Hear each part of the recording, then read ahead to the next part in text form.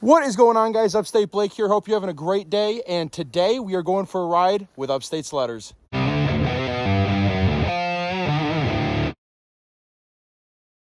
Just sitting here waiting on the gang to show up.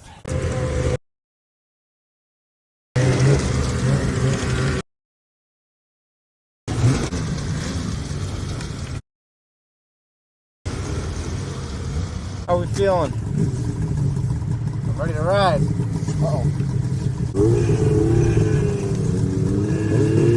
Yeah, we can try heading towards Wigwam if it ain't good. I got no problem just doing loops either, but we can go down there and try it. We gotta.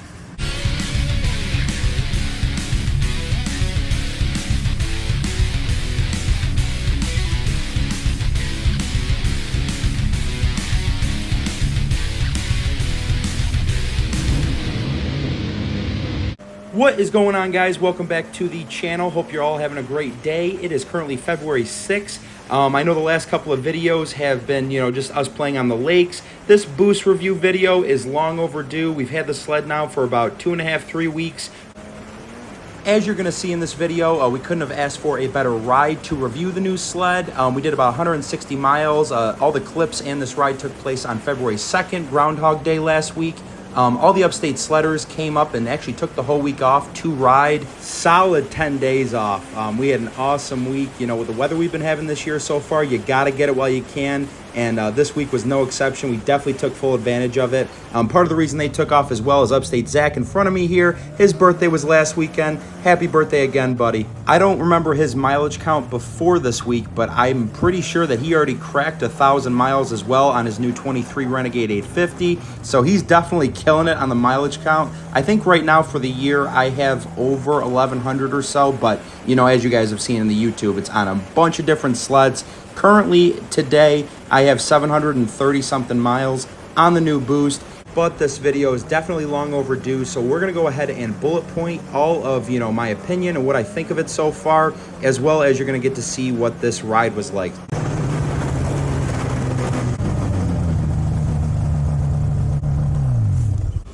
going to discuss what we want to do. What? It wasn't bad doing that way, but what's it going to be like that? And I don't care. I'll keep going. Yeah, I don't care. We can go until we can't go no more.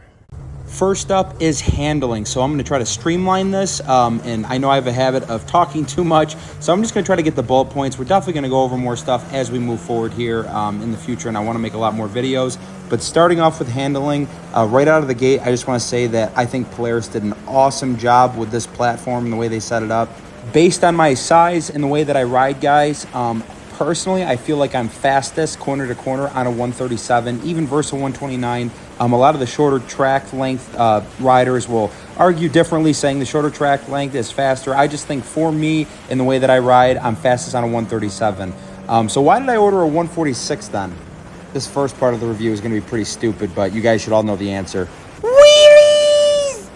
Wish I had a better reason for you guys. I know a lot of you might hate me or you might understand, but you should know me by now. I strictly got the long track just to do awesome wheelies, and boy, does this thing pull the skis. But before we get in too much into the wheelies, I want to kind of go over the skid and the shock setup, which is really the highlight of this handling review. So first off, I just, coming off a 137 on the SRX, I felt like it was going to be way more noticeable going to a 146 on this than it was. I know that tipped up rails are nothing new, but they definitely do have a factor to play in the handling characteristics of this sled. But personally, in my experience, with almost 3 weeks riding this thing, that is minimal compared to what a good job these shocks do. So a little bit backstory on me.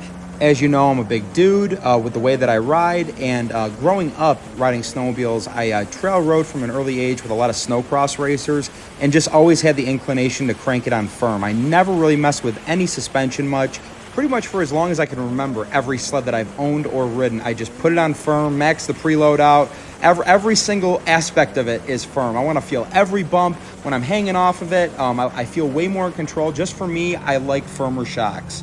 Also, just want to say before we get too much further here is all of the suspension review, I do not touch my front ski shocks. I keep those on firm all the time. It works well for me. I'm really focusing on the skid shocks here. But real quick, we're arriving to lunch, and we'll get back into the review after that. I like that gray. Well, we made it to our destination. We're gonna take a different way back. Been showing you guys some of the nice flat trails to this point, but this was a majority of this ride to the wigwam, guys. It was creek hopping, sticks in our face. It definitely took the wind out of our sails a little bit. So we leave from the wigwam here, and then we go down through Boonville. Our plan was to come up through Branningham and back around that way. But yeah, it was definitely a good test for the sled, to say the least, and it handled great. Back here. We're gonna go down to Boonville. I'm freaking hungry. Me too. Nice colorful lineup never hurts. Variety is the spice of life. Yeah, I don't even know, is that a Sidewinder or Viper? Can't even tell. Is it? Wouldn't the Viper have the hood scoops? Yes. Oh, it's a good point. And he's got the charge tubes, yep. Oh yeah.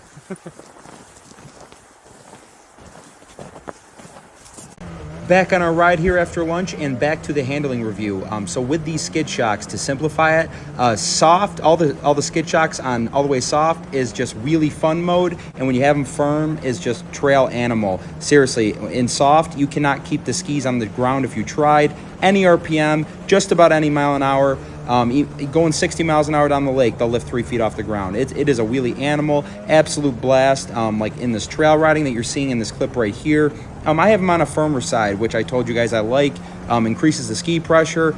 Also, as you can see and know, I put CNA Pro XPT Trail Customs on the front. The CNA name pretty much speaks for itself. These skis are a big factor in the handling characteristics of the sled. However, I just want to say, you know, I've pretty much never noticed a sled that changes so much from adjusting the shocks from soft to firm. Obviously, no matter what sled you do, you are going to feel some changes, but I'm just saying in this particular, maybe because it's the long track, maybe it's just how everything works together. It is crazy how much the dynamics change of riding this sled from soft to firm. Overall, I love the handling of the sled. Gets a huge thumbs up in my book. Onto what is a big talking point as of late with this sled is the performance of it.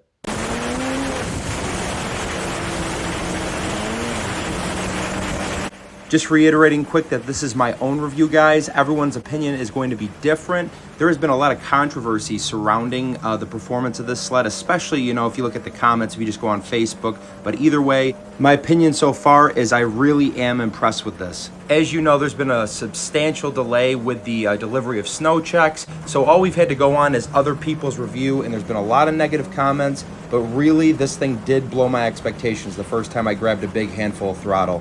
It's fully broken in, and I can say that personally, this thing really does rip good. The throttle response is way better than I imagined with such a big turbo on it. I know it's only running about 3 to 4.5 pounds of boost or so, but really does pull hard for what it is. Coming off a Stage 3 Yamaha Sidewinder SRX, the fun factor of that sled was from about 50 or 60 to 110. The mid-range was incredible. The fun factor of this is 0 to 70. Seriously, off the line, this thing is very, very competitive with a lot of higher horsepower sleds. Drag racing is in my blood, and I am no novice to going fast. I've ridden a million faster sleds than this, and I guess speed is a perspective term. Everyone's opinion is going to be different.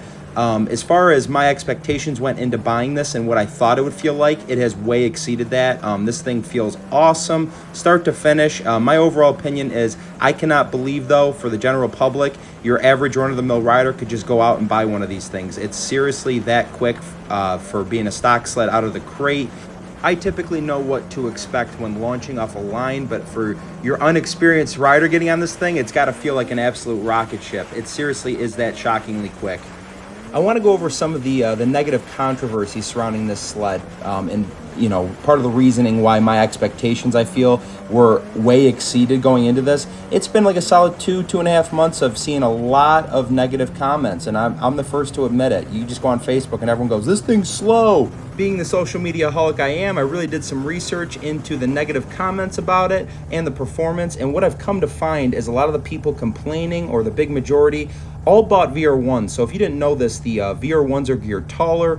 Polaris decided to gear the Assaults down lower to accommodate the track length. In my opinion, it is the best thing they ever could have done. This sled just feels so playful. It really reminds me of the triples of old, how you just grab the throttle and it just never seemed to end and pull triple digits good. That's really what this feels like. You look down and it just keeps climbing and climbing and climbing.